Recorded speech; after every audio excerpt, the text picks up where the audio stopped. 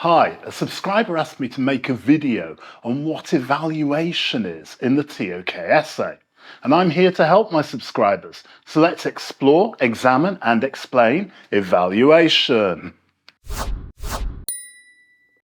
Welcome to TOK Today. Evaluation is required in the TOK essay if you want to score 5 or more marks. The IB call it different points of view in the TOK essay marking scheme. You might sometimes hear it called the counterclaim.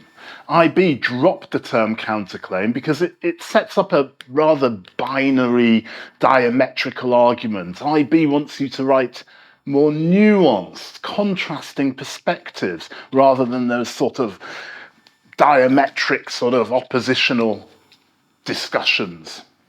I only use the term evaluation here because you may use that term in your group 3 subjects such as economics or psychology. Okay, enough background. What is meant by different points of view? And let's have a look at some examples. Let's start with an example from Essay 5, May 24 on custodians of knowledge. So say, for example, your main claim was, we do not need custodians of knowledge because they suppress the evolution of knowledge.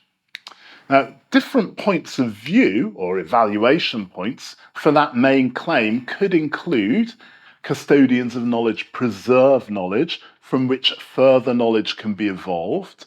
The evolution of knowledge is neither enabled nor suppressed by custodians of knowledge. The evolution of knowledge is a response to a change in the external need for knowledge and is therefore unrelated to the presence of custodians of knowledge. Custodians of knowledge are created by the processes of knowledge development and evolution themselves, and therefore as knowledge develops, so will the custodians of knowledge. So there we have 3 different points of view on the original main claim, 3 evaluation points. We could add more, but this will suffice for the purposes of this video. Now, if you can comment on the relative strength of these arguments in answering the prescribed title, then you're getting very close to developing an implication point. And implication points start to move you towards the top marking band. We'll leave implication points for a future video. Different points of view or evaluation points can come from a number of different areas of TOK. These include, but are not limited to, a contrasting or opposite relationship to that indicated by the main claim, the inclusion of other factors or variables influencing the relationship described by the main claim, or a flaw in the direction of causality indicated by the main claim. Now, these different points of view can be developed from a number of sources. I like to use the 4 pillars of knowledge as a starting point for developing these other points of view. The 4 pillars of knowledge are the acquisition of knowledge, the production and construction of knowledge, the evolution of knowledge, and the evaluation of knowledge. So when you're exploring different points of view, you can look at the 4 pillars of knowledge and ask yourself, how was the knowledge under consideration in this question acquired? How was it produced? How did it evolve? And how was it evaluated? And by asking these questions, it should help you to develop different points of view. Okay, just moving on to a slight sub-question. A few people have asked me how many different points of view or evaluation points or counterclaims they should put into their essay. And obviously there's no simple formula. All TOK essays are going to differ both by the question and the response written. The number of points of view that you include will very much depend upon the essay structure that you use. Structure is everything. See back to my recent video on essay structures. I hope to remember to put a link above. If not, just look back on my playlist. It's about 2 or 3 videos ago. However, the typical TOK essay might look something like this. A claim made in AOK 1, a real-world example illustrating that claim. Different point of view number 1, a real-world example illustrating different point of view number 1, and then different points of view number 2 and possibly different point of view number 3 if you've got enough words. And you may not have enough words for real world examples to illustrate different points of view number 2 and 3.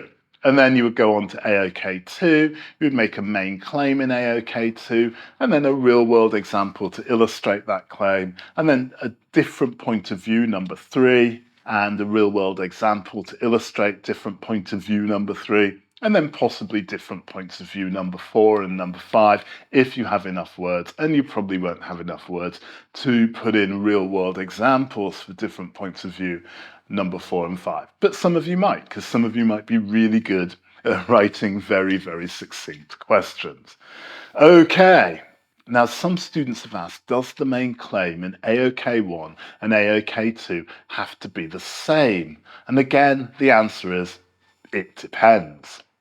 Some people use the same claim and other people use a different claim. Personally, I prefer a different claim in AOK2 as it then represents a different point of view from that put in AOK1. And that allows for more breadth in the essay, more variety, and obviously more evaluatory material. And the more evaluatory material that you have in there, the higher your mark is going to be. You're limited to 1,600 words. You want to get as many different points of view in there as you can, but explore them in sufficient depth.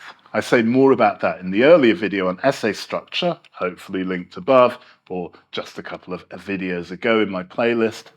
There's also a lot more detail and examples on possible TOK essay structures in the ebook How to Write the TOK Essay in 6 Easy Steps, link in the video description.